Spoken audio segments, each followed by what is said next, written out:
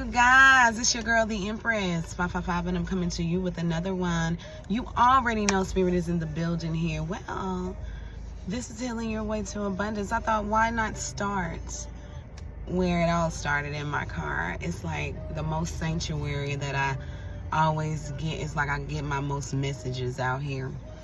But let's start with this Healing Your Way to Abundance, you guys. First of all, I dedicate this to my children. They will always be able to see this and know that your mama went down, but she came up, baby, okay? Yeah, and you can always do the same, all right? So anyway, let me tell y'all that this experience has been a beautiful experience for me. Although I've been through so much. Let's start with the childhood. Y'all already know. My childhood was, I was a very responsible child, you know what I mean? Everything that I did was for, you know, the betterment of other people's good, even when I was a child, okay? I grew up, you know, with my mother, grandmother, and sisters, okay? I was more with my father's side when I was smaller, when I was a smaller child. But predominantly, I was raised by my grandmother, okay? And I went through a household with a lot of women who were broken. And a lot of times we don't know when they're broken. We don't know that they're broken until we know that they're broken. You feel me? But I knew at a young age that this wasn't the correct family dynamic, okay? I always had people, even as a child, hating on me. And I'm like, what in the world is going on, you know, as a child? But I found Spirit at a very young age, okay? I used to see my grandmother pray every morning and every night, and I always knew that, okay, there's a God that I need to be praying to. There's, you know, a higher power that higher than me that I need to be, you know, talking to, because I used to see spirits and things of that nature as a young girl. Spirit started talking to me at a young age because I had to be, you know, held by Spirit because my grandmother worked so much. I was always at home with my smaller sister. My oldest sister was always at her people's house, her father's house, grandparents' house rather. And so, you know, I was always that one. You know, my grandmother always told me, you are the one.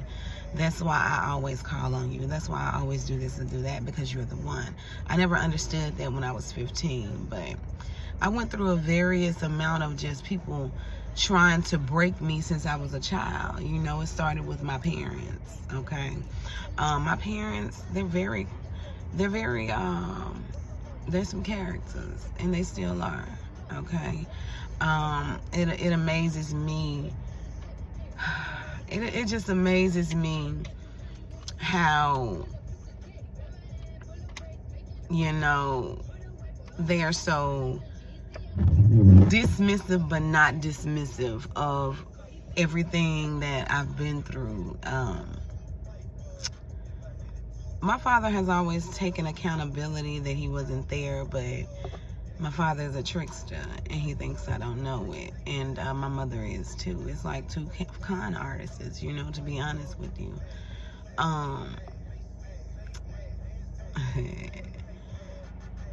And I had to go through manipulation from my parents first, which made me understand manipulation from everybody else, you know. I had a mother that as long as you were giving her money, she was fine, especially when I grew up and started working at 16, you know. And I had to heal my way through that. I was in National Juniors Honor Society, Beta Club, blah, blah, blah. I never got the correct congratulations from my mother or my father. You know what I'm saying? Even my grandmother, she raised us. She's a good woman, and she raised us or whatever. But, you know, the parenting skills, you know, I didn't feel the love. I didn't know that my grandmother's love language at the time was money. You know what I mean? And so,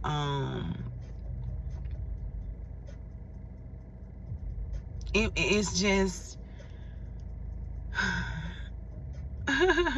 it's just that when you're not shown proper love, you walk out the door as a young adult, and when you've never been told about life and things of that nature here. My family was very religious, so they never just really told me, you know, I never got the sex conversations, and I never got, you know, the things that I supposed to gotten from my family. I just never got that. So I had to basically, you know, put on my big girl panties and get out here and live life, you know, and teach myself.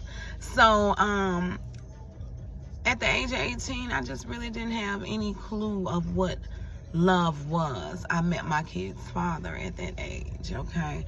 This is when I started to realize that, okay, life is hitting. Okay, I met him. I started having kids at 21. 21 and 22, I had my children. And when I tell you, that was an eye-turning experience for me. You know, I was with somebody who I thought that I loved, you know, out of high school, and I didn't know a thing about love. And so that relationship taught me, you know, that relationship taught me a lot about self. It was very hard for me to keep my head up in that relationship because I was loving something that really wasn't loving me back, you know. That person's love language was do what I say and we're good, but you're not bringing anything to the table. I grew past that person. It took 16 years. I went through a lot in that relationship, a lot of mental, physical, emotional abuse. You know what I'm saying? This person's mother,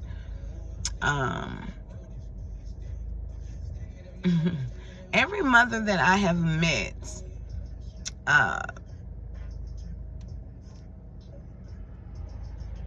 that I've dated, every person's mother, the person that I dated mother, that I swear to y'all, they hate me. But it's because I come in, I tell the truth. I'm not here to manipulate anybody and things of that nature, but their mothers always were mothers like my mother. And so I guess my test was to understand and deal with those same characteristics, but learning how to heal through it. Baby, I went through a rough time with my kid's mother. She was very vindictive. She used to, this woman keyed my car. She peed in the tub one day, y'all. I'm telling you, these women were disgusting, but this one, she was very disgusting, okay? Just always kept trying to raise my children, and you didn't even raise your own children, right? So how you gonna raise mine? But yeah, it was just a lot of pressure that I went through early on, when, like, coming out of my teens, that I went through. And it was like I had to find love for me, what love was for me. And a lot of people were trying to manipulate me out of my position with spirit, and I knew that. So it was plenty of times where I just had to buckle down and understand that, okay, it's just me against the world. I started buckling down and understanding that at 15. God started showing me, when I got it with my kid's father, God started showing me that, okay, love isn't this, love isn't that. So God really started talking to me, speaking to me out of that relationship. About 7 years ago, 8 years ago, something like that. But God really started speaking to me, telling me to come up out of this. This is not for me. Flooded 2 of my homes, things of that nature here. You know, I've always had people who have tried to, you know, hold me back when they couldn't beat me down spiritually, mentally, or physically. They knew they wasn't coming to me physically beating me down, so they had to do it with, you know, words and emotions and things of that nature, because I'm an open person and my heart is so pure, right? But they shortly figured out that, oh, she don't give a damn about this shit. I did that for a long time, trying to mend relationships with my mother, my sisters, and my ex. You know, I tried so long to, you know, do it, but it was like these people just did not care, you know. And so when I figured out that, okay, they just don't care, I started to separate myself, okay? When I lost everything, it was because I walked away from everything. I walked away from everything because I wasn't happy, and I didn't want to make my kids unhappy. So it was like a lot. Phase one, this is like phase one of the healing abundance. It was a lot about understanding family, friends, people of that nature. Even when I left my ex, I had friends that said, oh, you can come and stay, and da-da-da-da, but they really wanted me to come and stay and help them pay their bills. How am I gonna help you pay your bills and get on my feet at the same time? You know, so it was a lot of people that was pretending to be in my corner when this happened, but they really weren't. They were, you know, worried about self. Want me to pay their bills and things of that nature, and when I didn't, they would get mad and you gotta leave, okay? And so me and my kids, we eventually ended up in a hotel. Humbling experience. It just showed me that I had no friends, I had no family that would come to my aid to help.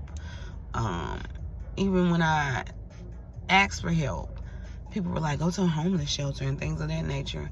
I was not above that. I was not above that. It wasn't beneath me.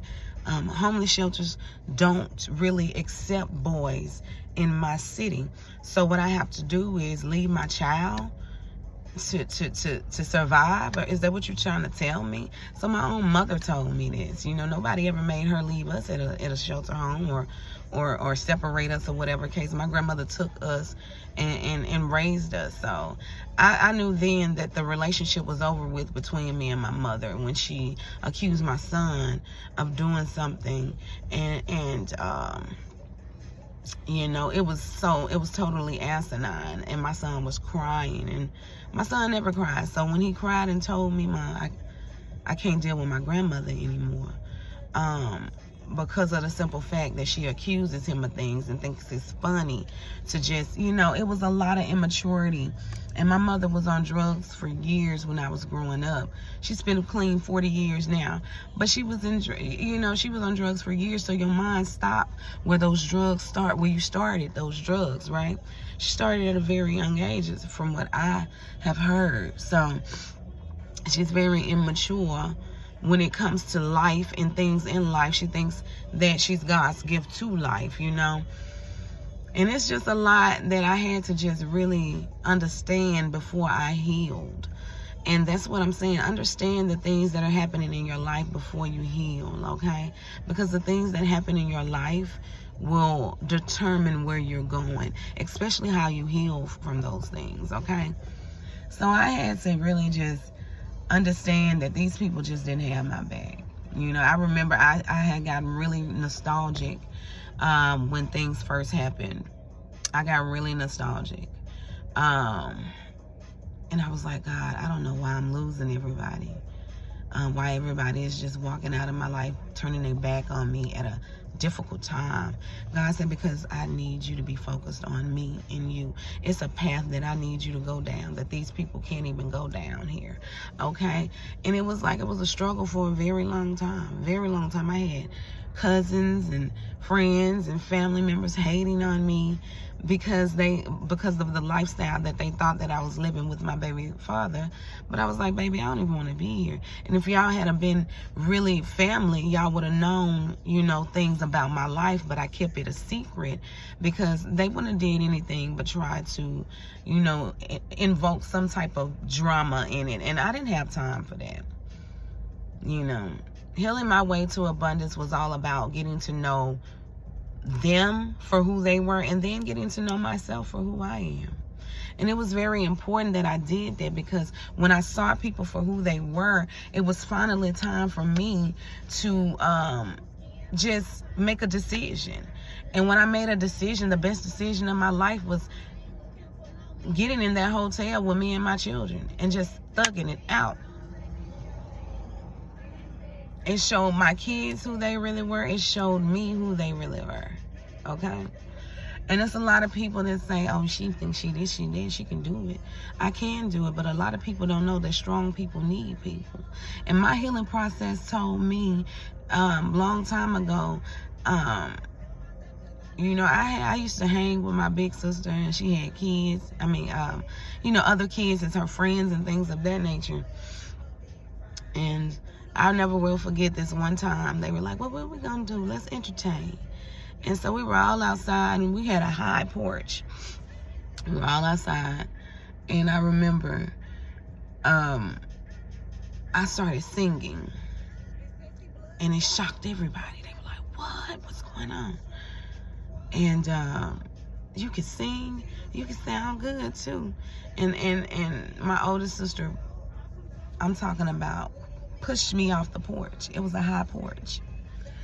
I went in and I told my mama what happened or whatever, and she really didn't give a damn. So I'm like, okay, cool. So I went in the house and I stayed in the house. Like, incidents like that happen all the time with my older sister. She never just really liked me. She would, my older sister would write I hate you on all my dolls, things of that nature. I remember vivid things that God was showing me that my sisters didn't want me around. You know, they hated me. They ganged up together to just, you know, be conspired. I don't give a damn, because my thing is this: if anybody who tries to defeat me, you're going to have to pull. You're going to have to gang up. And you're going to have to try to have a whole lot of people to come in. Because spirit, I have 10,000 ancestors around me daily, and my children. You damn right. You're going to have to gear up to do what the fuck you got to do to me and my kids. Period. And you're not going to make it. You're not going to make it. But anyway, it was like, I started to get nostalgic and think about all the things that they did. And I promise you, it was just God speaking and saying, I'm about to get you away from this. I always heard God say, you are not like these people. And so I had to get on the path. So coming out of my relationship with my baby father, that just woke me up. It woke me up so much, tremendously. I started tarot and things of that nature. When it came to healing, the tarot healed me so much. He hated me to be, you know, doing this tarot, like in entering the spiritual realm. He hated it because it was strengthening me. It was strengthening me.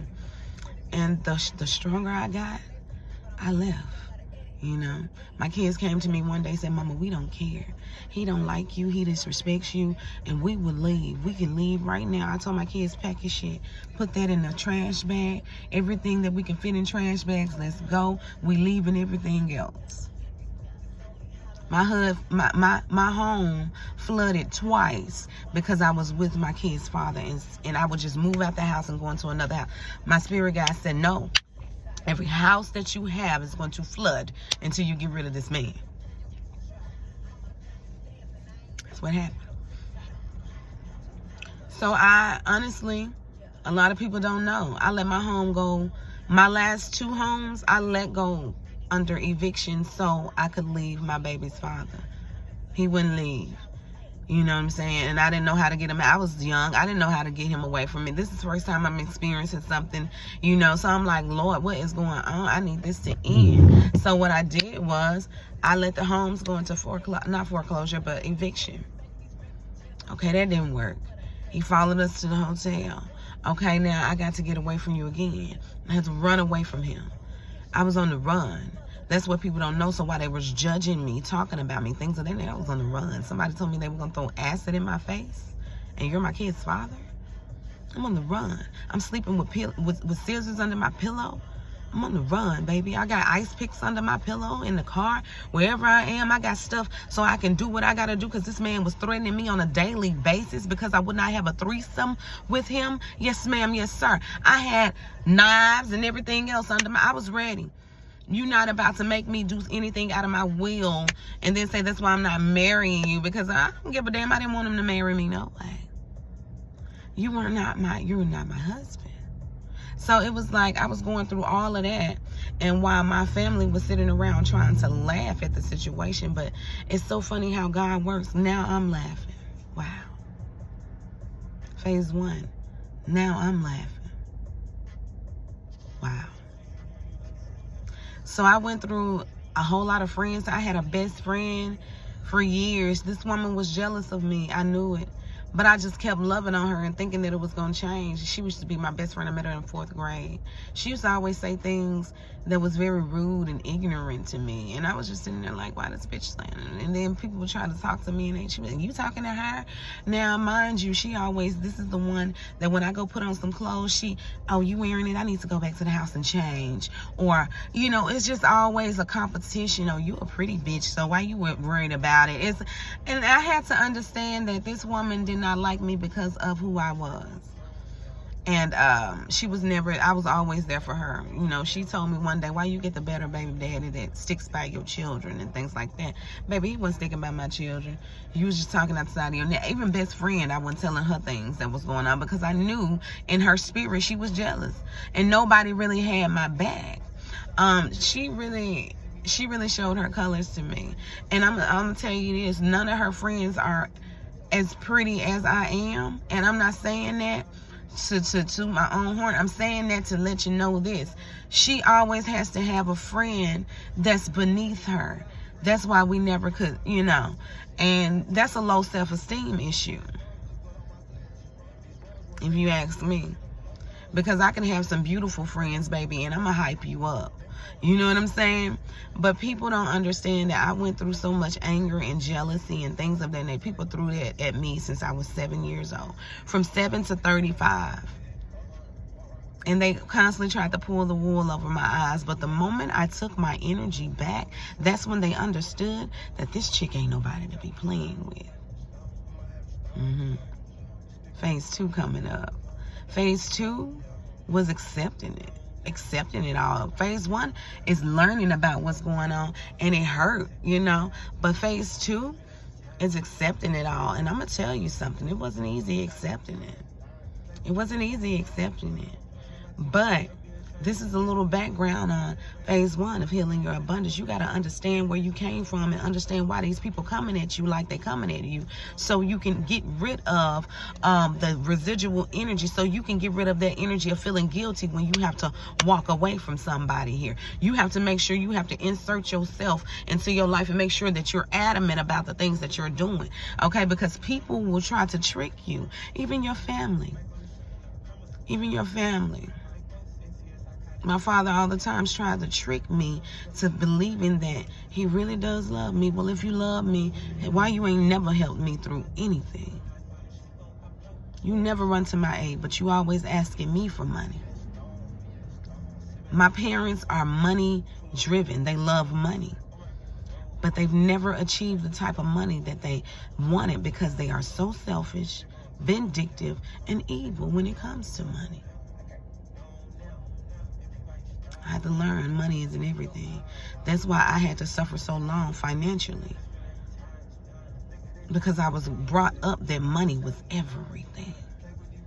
I had all the nice things as a child growing up and all of that, but none of that shit meant anything because I didn't have the proper care that came behind it. My stomach growling, y'all. Proper care that came behind it.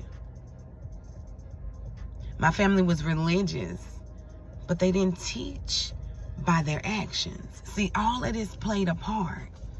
They didn't teach by their actions, lead by examples. We got plenty of preachers and teachers in our family on both sides. But on my mother's side, they tend to drink and hide it. They tend to, and on the father's side too, drink and hide it, do this and hide it, have several families. No, we're not doing that. How you doing? Good morning. We got several families, and you're a pastor. It didn't sit well with me. You're not living righteous. So I had to learn that everybody ain't who they are. And that crushed me. But it also built me up. Because it also taught me that I don't want to be like the people that are being hypocrites. My family. Don't get me wrong, I don't have anything against my family. I love them from afar. I don't want nothing to happen to them. But I am not in love with the fact of having a relationship with them anymore. I let that go because I understood that there will be no growing from me if I do that. They're going to keep pulling me back in the same spot. I had to let that go. Phase 2 coming up, y'all. When you let it go and take accountability. I did a lot of things to help them hurt me. We're going to talk about that on the next one, okay? Like, I allowed these people to feel like that they could do that to me. But by constantly keep letting them in my life. After they mess up, let them in, then they mess up again, let them in, let them in, let them in. No, you're not going to keep developing a problem with me just so you can have a problem with me, because you know I don't deal with problems like that. If you got a problem, straight up come to me and tell me. We're going to hash this thing out, or what we going to do? Because we ain't going to deal with each other, or we going to straight up deal with each other. What's going on? And I don't do all that back and forth and things of that nature. If we're going to speak, let's speak. My youngest sister used to swing on me all the time. I'm a connect. But see, if you swing on me, you better make sure you connect. She used to swing and miss. I used to swing and connect. And when I did that, I used to have to tear that girl up. I didn't want to have to whoop on my sisters. For what? You know what I'm saying? But they was trying to whoop on me like a grown-ass woman out here in the streets. I'm talking about they would swing on me. Baby, I don't play that. I'm swinging back, and I'm connecting. You feel me? And I don't need no weapon.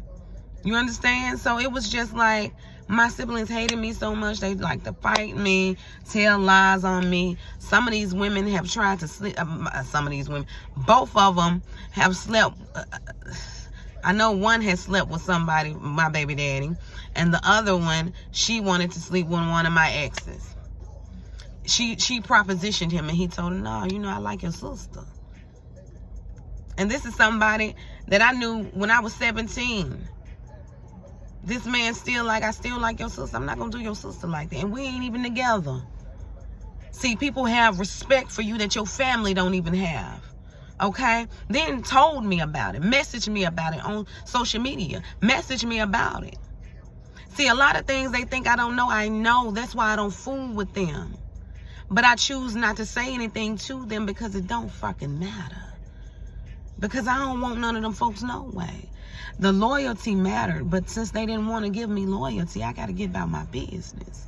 Oh, it went down with the family. Accusations. But the moment I told them you can no longer accuse me of shit or my children, they really didn't want to deal with me anymore because they couldn't get over. And when you can't get over, people get mad and they start to tell lies on you. And my family does that too. They lie on me all the time. I don't give a shit. Because who you lying to, I don't even know no way. And I'm not trying to please nobody. So I don't give a shit. See, you got to take accountability and see what these people for who they really are. And after you take that accountability and see these people for who you really are, that's when you start healing your way to abundance. This is phase 1, you guys. I love you until we meet again. Phase 2 is coming up.